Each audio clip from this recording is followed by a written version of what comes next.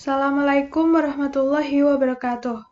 Perkenalkan, nama saya Wanda Aprilia Putri, NIM 2019-53090 dari kelas B. Di sini saya akan mempresentasikan materi mata kuliah Sistem Manajemen Basis Data pada pertemuan kedua. Berikut materinya. Konsep basis data. Menurutku, basis data adalah sebagai kumpulan informasi yang bermanfaat yang diorganisasikan ke dalam tata cara yang khusus. Data merupakan fakta atau nilai yang tercatat atau merepresentasikan deskripsi dari suatu objek.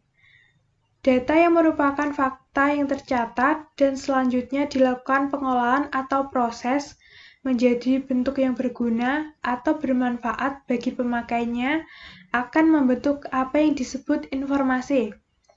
Atau suatu informasi itu berawal dari sekumpulan data-data yang diproses atau melalui pengolahan lalu menjadi atau membentuk sebuah informasi.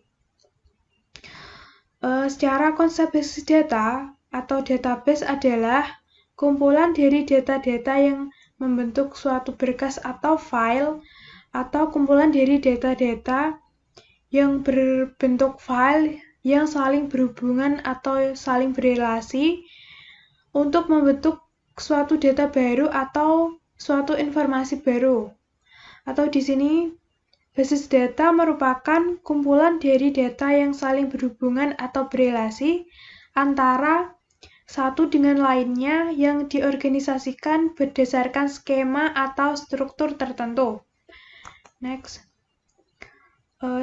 Di sini adalah data DBMS. DBMS itu terdiri dari database, tabel-tabel, dan file dan record. Awal mulanya itu dari file dan record, lalu menjadi tabel, lalu menjadi database, gitu.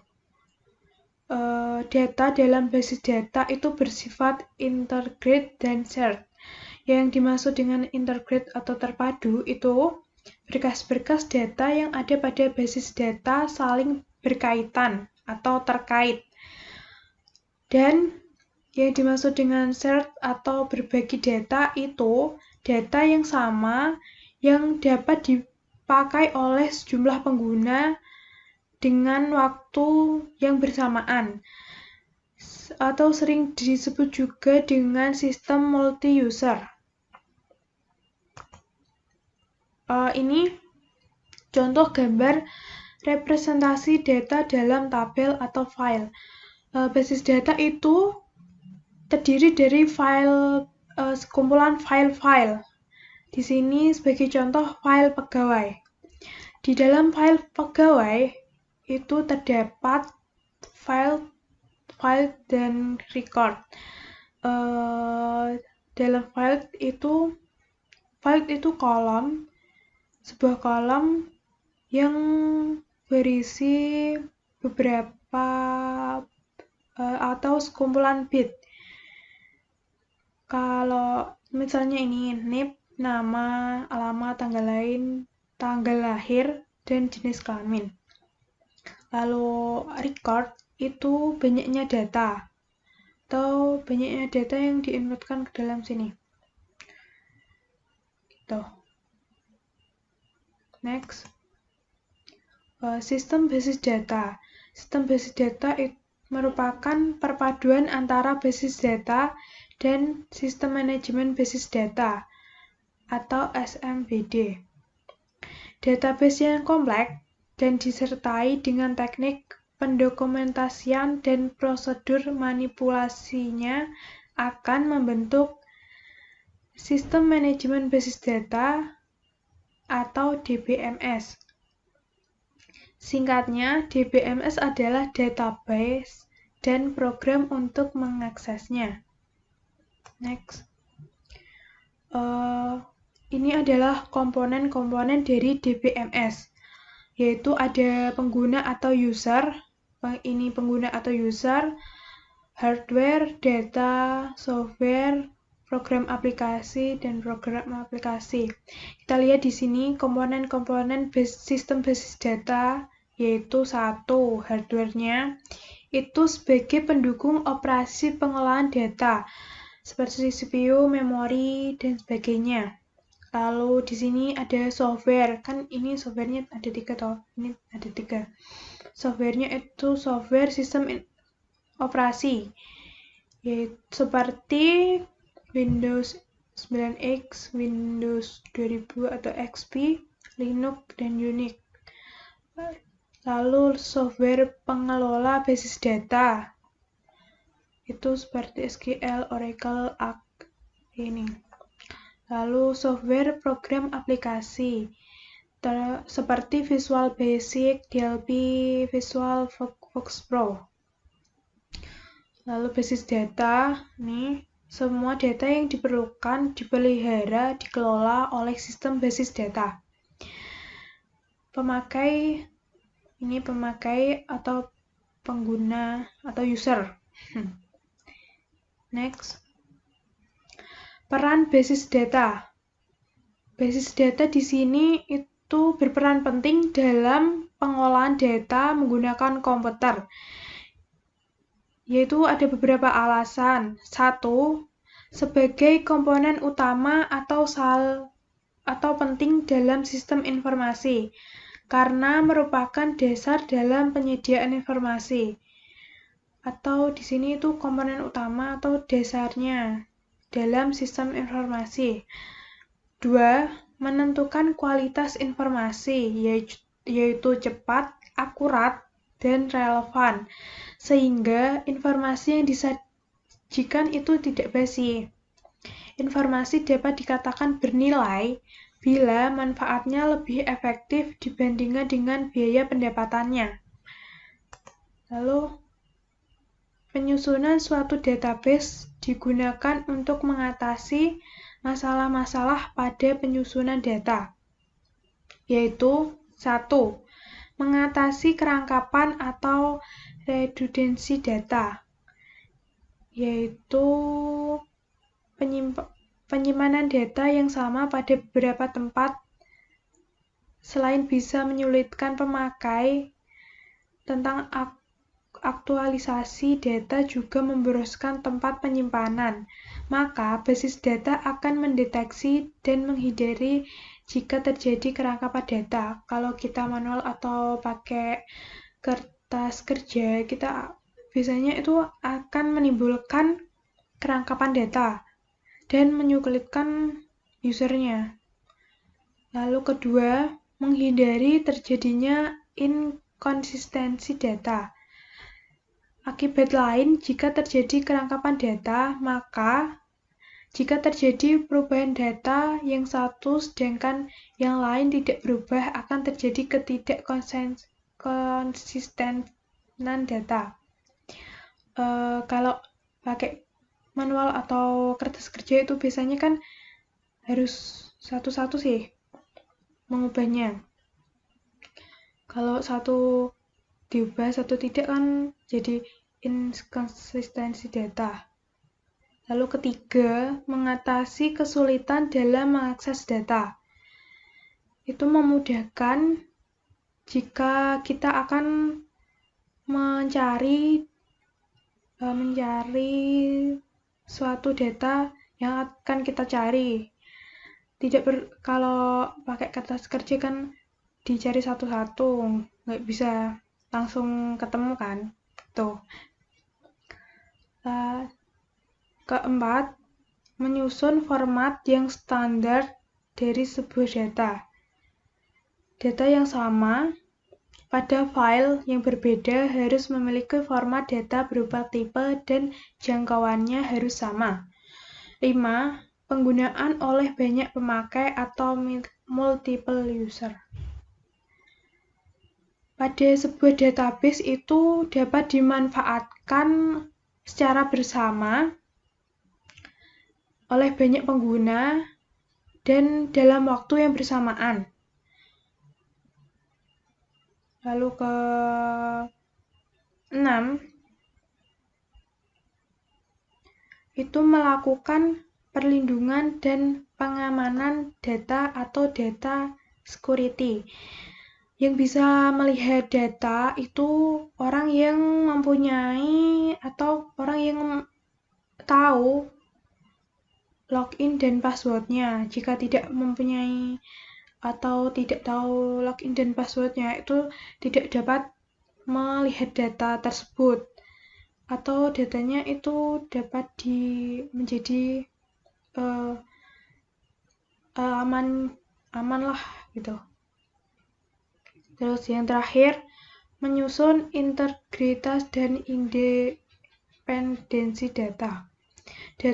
Basis data merupakan data kompleks yang bisa diintegrasikan, sehingga kita bisa memanipulasi untuk mendapatkan berbagai bentuk form dan laporan yang kita inginkan.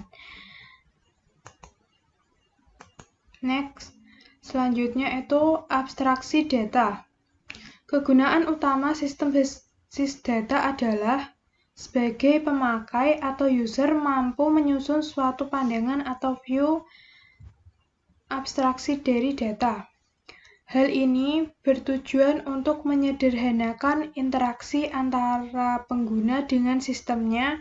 Dengan basis data dapat mempresentasikan pandangan yang berbeda kepada para pengguna, programmer, dan administratornya. Di sini adalah gambaran level abstraksi data.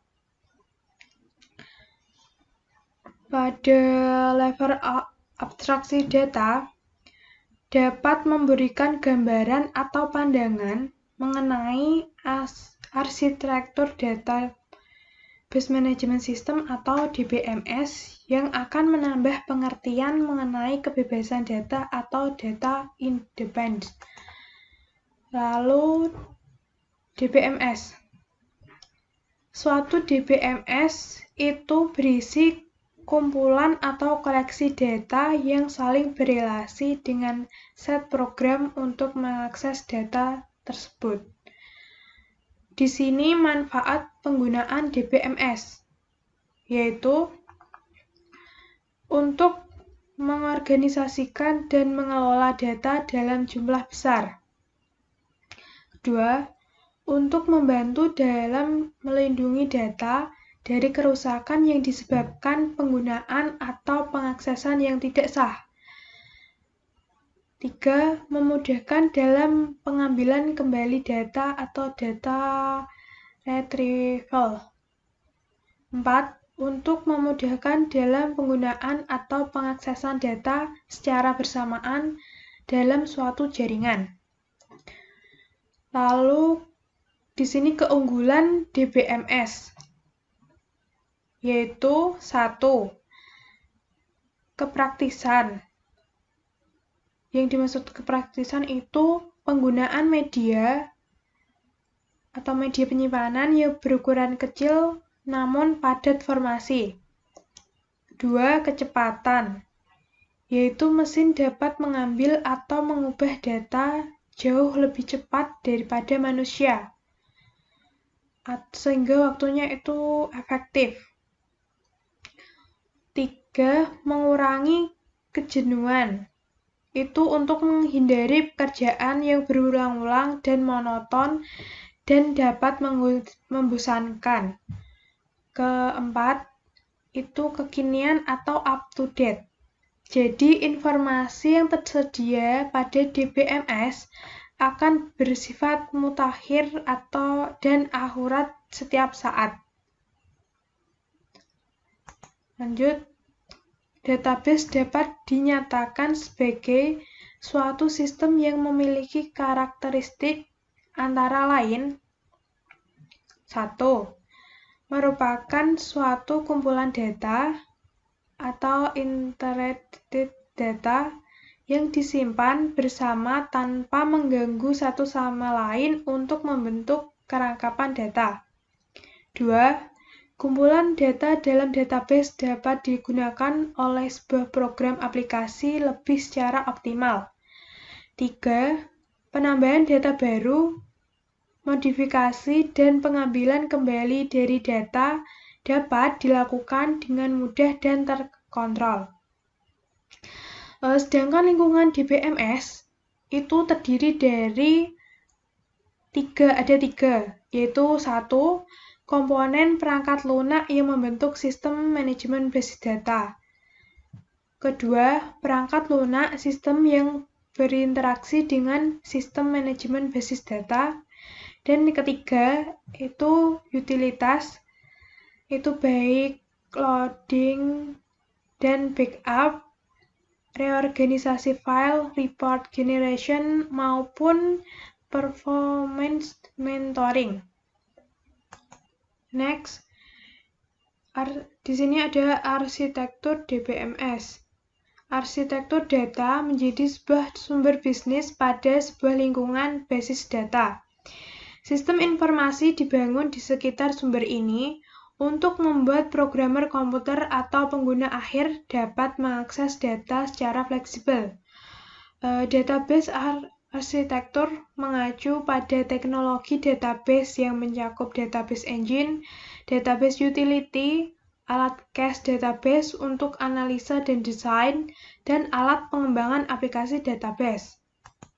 Lalu, arsitektur basis data dibangun menggunakan format paket bahasa yaitu DDL dan DML.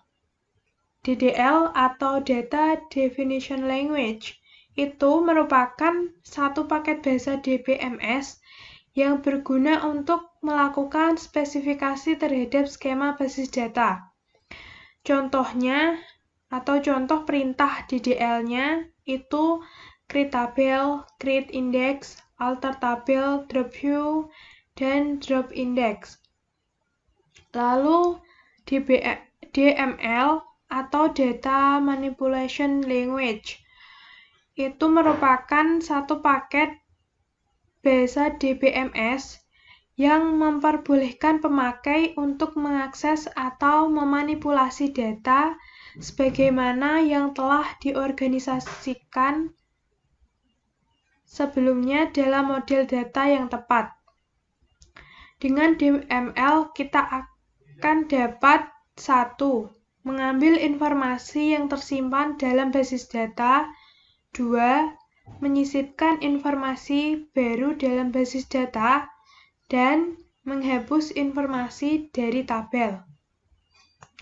Next, di sini tipe DML ada dua tipe, yaitu prosedural dan non-prosedural.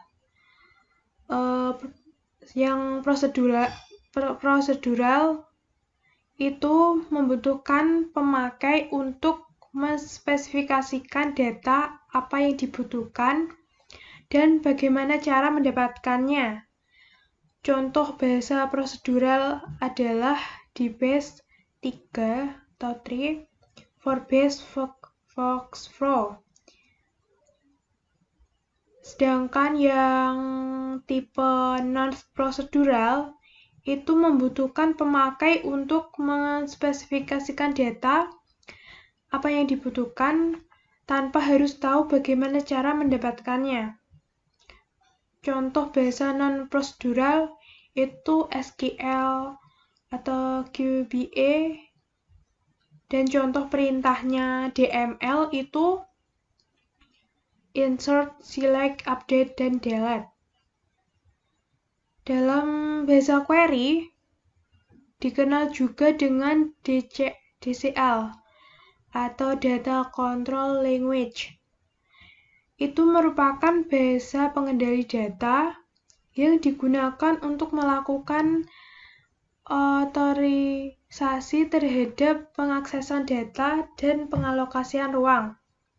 Contoh perintahnya itu grant, revoke, commit, dan rollback.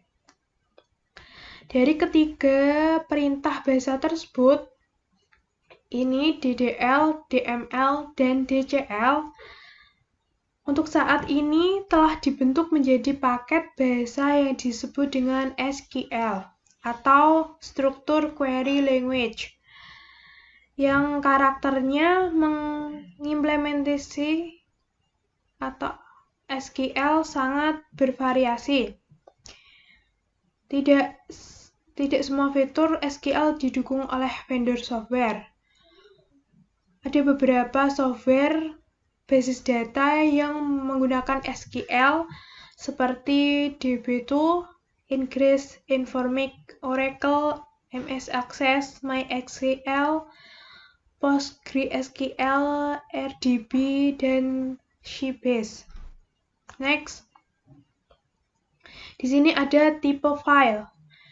Tipe-tipe file yang digunakan oleh DMS yaitu dibedakan menjadi 5. Pertama, file induk atau master file. Di file induk itu ada file induk acuan atau reference master file, yaitu file induk yang recordnya relatif statis, jarang berubah nilainya. Misalnya file daftar haji, file mata pelajaran. Lalu ada file induk dinamik atau dynamic master file, yaitu file induk yang nilai dari record-recordnya sering berubah atau sering dimutakhirkan atau sering diupdate sebagai hasil dari suatu transaksi. Misalnya file data barang itu setiap saat harus diupdate bila ada transaksi atau bila terjadi transaksi. Lalu kedua, file transaksi atau transaction file. File ini bisa disebut dengan file input yang digunakan untuk merekam data hasil dari transaksi yang terjadi, misalnya pada file penjualan yang berisi data hasil transaksi penjualan. Ketiga, file laporan atau report file. Di sini file ini bisa disebut dengan output file, yaitu file yang berisi informasi yang akan ditampilkan. Keempat, file sejarah atau history file. File ini bisa disebut dengan file arsip, yang merupakan file yang berisi data masa lalu yang sudah tidak aktif lagi, tetapi masih disimpan sebagai arsip. Yang terakhir atau yang kelima, itu file pelindung atau backup file. File ini merupakan salinan dari file-file yang masih aktif di dalam database pada suatu saat tertentu. Dan file ini digunakan sebagai pelindung atau cadangan bila file database yang aktif mengalami kerusakan atau hilang. Lanjut, ada keamanan basis data. Saat ini sering terjadi kasus pembobolan sistem keamanan komputer baik di perusahaan maupun lembaga-lembaga yang menggunakan komputer sebagai alat bantu. Hal ini mendorong teknologi agar semakin maju karena sistem keamanan komputer itu masih lemah.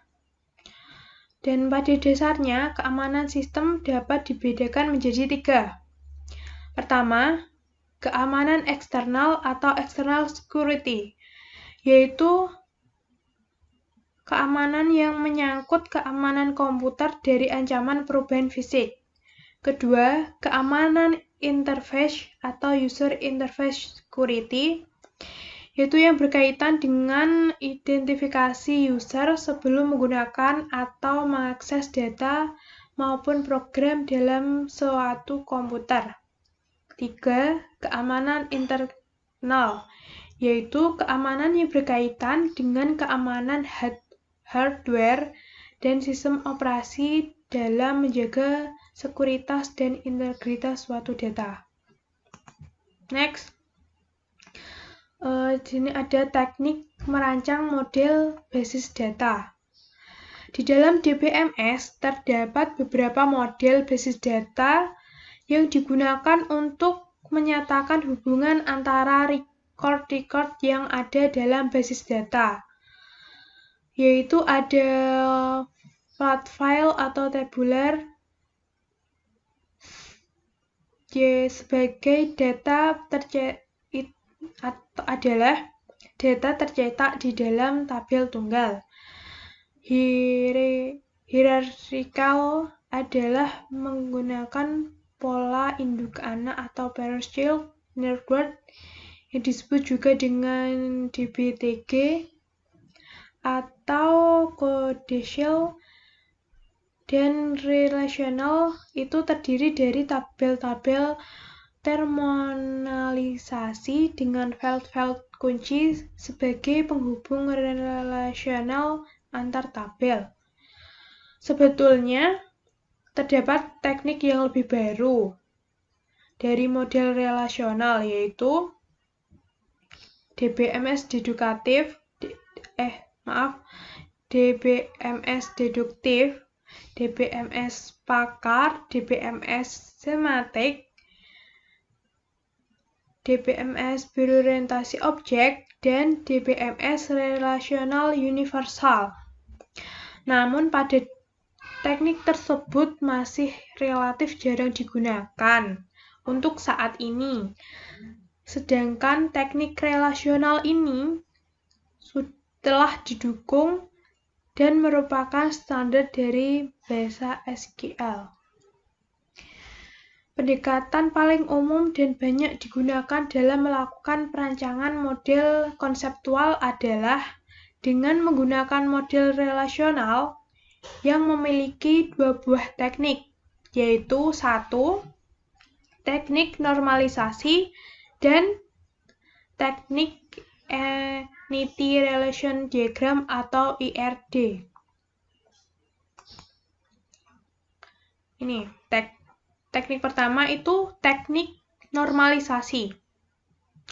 Normalisasi yaitu sebuah teknik relasi basis data dengan melakukan proses pengelompokan data elemen menjadi tabel yang menunjukkan entitas dan relasinya. Pada proses normalisasi selalu diuji pada beberapa kondisi. Apakah terdapat kesulitan dalam menambah, menghapus, dan mengubah, mengambil pada suatu database? Jika terdapat kesulitan, maka tabel dapat dipecah atau dibagi lagi menjadi beberapa tabel hingga pemakaian database menjadi optimal. Intinya itu,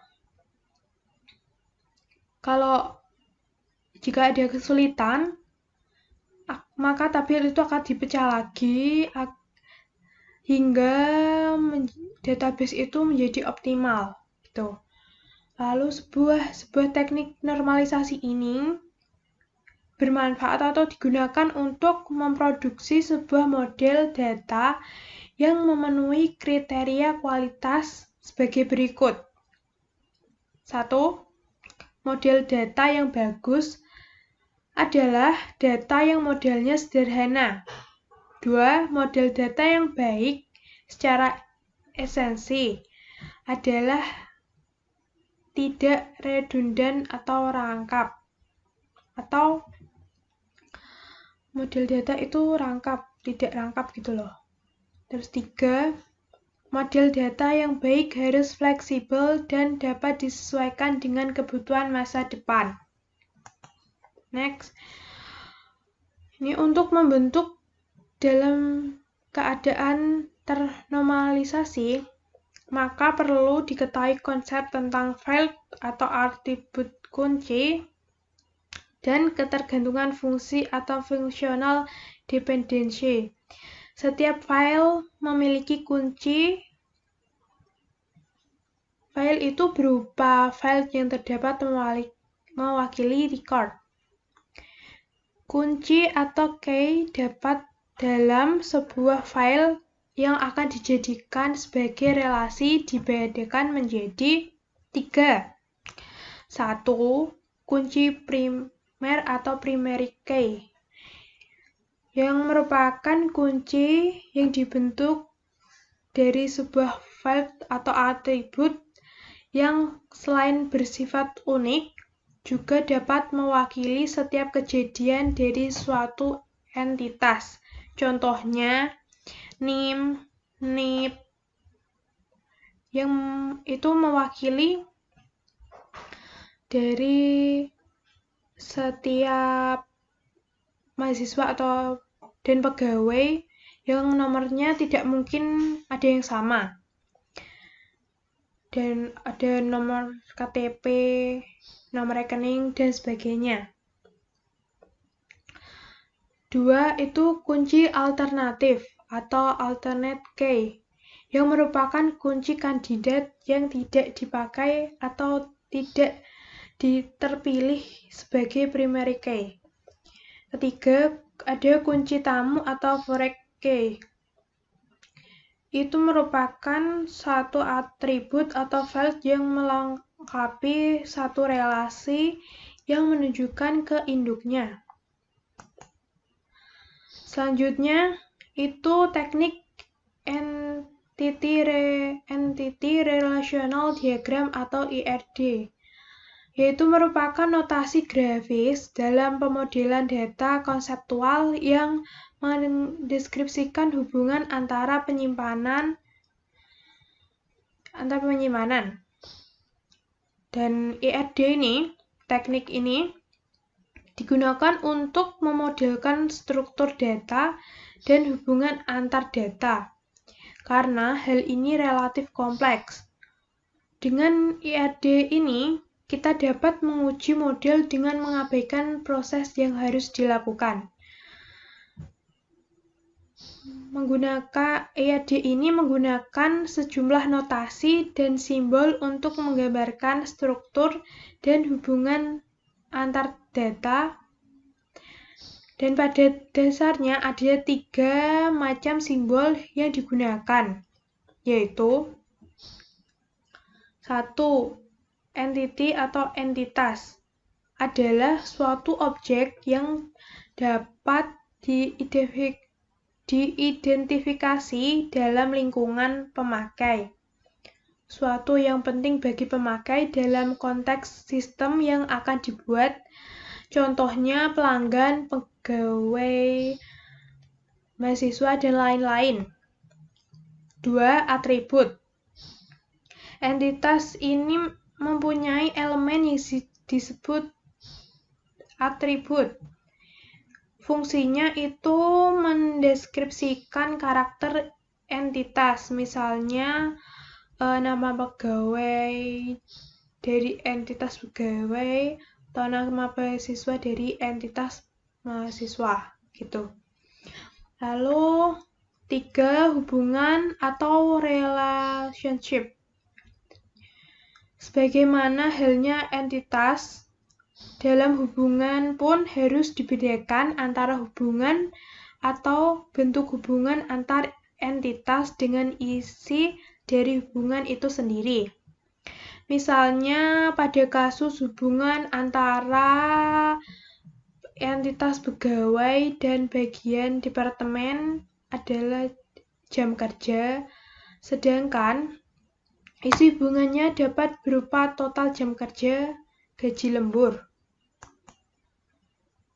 Next, ini jenis-jenis hubungan atau relasi dibedakan menjadi 1. Ini 1 ke 1, yaitu jika satu entitas A hanya berhubungan dengan satu entitas B, maka atribut kunci pada derajat relasi ini dapat ditempatkan pada salah satu entitas. 2. 1 ke banyak atau banyak ke 1. 1 ke banyak atau banyak ke 1. Itu jika satu entitas A berhubungan dengan sejumlah entitas B atau sebaliknya, maka atribut kunci pada derajat relasi ini hanya dapat dimasukkan sebagai atribut dari tipe entitas pada sisi N. 3. Banyak ke banyak, yaitu jika sejumlah entitas berhubungan dengan sejumlah entitas B, maka atribut tersebut harus tetap dinyatakan sebagai atribut relationship jika tidak dapat digabungkan pada salah satu entitas yang terlibat. Next, di sini ada sistem berorientasi objek. Pendekatan berorientasi objek merupakan pendekatan suatu metodologi atau cara yang diambil dari filsafat dunia nyata yang diterapkan pada teknologi informasi. Itu merupakan suatu pola pikir yang diterapkan menyeluruh tentang bagaimana kita memandang sesuatu, baik sudut pandang pengguna, pengembang, maupun pengelola teknologi. Tujuan dari metodologi object-oriented ini itu sebagai salah satu alternatif pendekatan permasalahan untuk mencari solusi pemecahan. Metodologi ini atau metodologi berorientasi objek ini merupakan perkembangan selanjutnya dari metodologi sebelumnya seperti metodologi prosedural, sekuensial, konskurensi maupun modular. Keunggulan pendekatan berorientasi objek sebagai berikut. Di sini keunggulannya itu menuntun penggunaan ulang komponen-komponen program sebelumnya. 2. Mempermudah dalam pemeliharaan karena memiliki struktur yang runtut dan stabil. 3. Lebih mudah diadaptasi dan diskala menjadi sistem yang lebih besar dengan merakit subsistem yang dapat diguna ulang. Next, di sini ada konsep dan karakteristik objek. Konsep dasar tentang object oriented yaitu sebagai berikut. Pertama, objek. Objek ini merepresentasikan sebuah entitas baik secara fisik, konsep maupun secara perangkat lunak. Lalu kelas. Kelas adalah definisi abstrak dari sebuah objek, di mana dijelaskan bahwa struktur dan kelakuan dari setiap objek yang tergabung dalam suatu kelas. Lalu atribut. Atribut adalah nama-nama properti dari sebuah kelas yang menjelaskan batasan nilainya. Lalu ada operasi. Operasi yaitu implementasi dari layanan yang dapat diminta dari sebuah objek dari sebuah kelas yang menentukan tingkah lakunya. Lalu antarmuka atau polimorfisme, yaitu sebuah antarmuka yang menutupi bagian-bagian detail di dalamnya. Lalu komponen itu hampir tidak bergantung pada apapun dan merupakan bagian yang dapat diganti-ganti dari sebuah sistem. Selanjutnya paket. Paket itu mekanisme yang bertujuan umum untuk mengorganisasikan elemen-elemen ke dalam sebuah grup. Lalu subsistem yaitu pemodelan elemen yang mempunyai tata bahasa dari paket. Seperti dapat terdiri dari pemodelan elemen yang lain dan sebuah kelas. Seperti mempunyai tingkah laku sendiri. Lalu itu keterhubungan. Keterhubungan ini menyediakan cara-cara berkomunikasi antar objek. Ada beberapa cara keterhubungan antar objek tersebut, yaitu asosialisasi, agregasi, asosialisasi komposisi, dependensi, generalisasi, dan realisasi. 1. Dependensi yaitu menggunakan keterhubungan yang menampilkan keterhubungan antara pengguna dengan penyedia di mana perubahan spesifikasi pada sisi penyedia akan mempengaruhi pengguna. Lalu generalisasi itu keterhubungan membuat khusus ataupun umum di mana elemen-elemen dari elemen yang lebih khusus dapat diganti elemen dari elemen yang lebih umum. Lalu realisasi itu keterhubungan antara tata bahasa antara dua klasifikasi. Selanjutnya agregasi, yaitu bentuk asosiasi khusus yang secara kuat memodelkan seluruh bagian dari asosiasi antara hubungan satu bagian kelas secara keseluruhan dengan bagian tertentu dari keseluruhan lainnya, kelas lainnya. Lalu komposisi. Komposisi itu bentuk keterhubungan agresi yang lebih kuat atau lebih kuat kepemilikannya dan mempunyai jangka waktu yang timbul sesuai kebutuhan. Dan sedangkan sistem berorientasi objek memiliki karakteristik atau prinsip dasar. Karakteristik dan atau prinsip dasar sistem berorientasi objek itu sebagai berikut. Ada abstraksi, pengkapsulan atau encapsulation, modularitas, polimorfisme, dan hierarki atau pewarisan. Yang dimaksud dengan abstraksi itu kemampuan untuk mengenali keseluruhan di mana objek-objek, situasi atau proses di dunia nyata, serta keputusan untuk berorientasi pada keseluruhan dan mengabaikan perbedaan yang kecil. Lalu pengkapsulan yaitu pengemasan atau pembungkusan beberapa item ke dalam satu unit. Selanjutnya modularitas. Modularitas itu pemecahan sesuatu yang kompleks atau yang rumit menjadi bagian-bagian kecil yang dapat dikendalikan atau diatur. Lalu polimorfisme itu adalah kemampuan untuk memperoleh beberapa bentuk.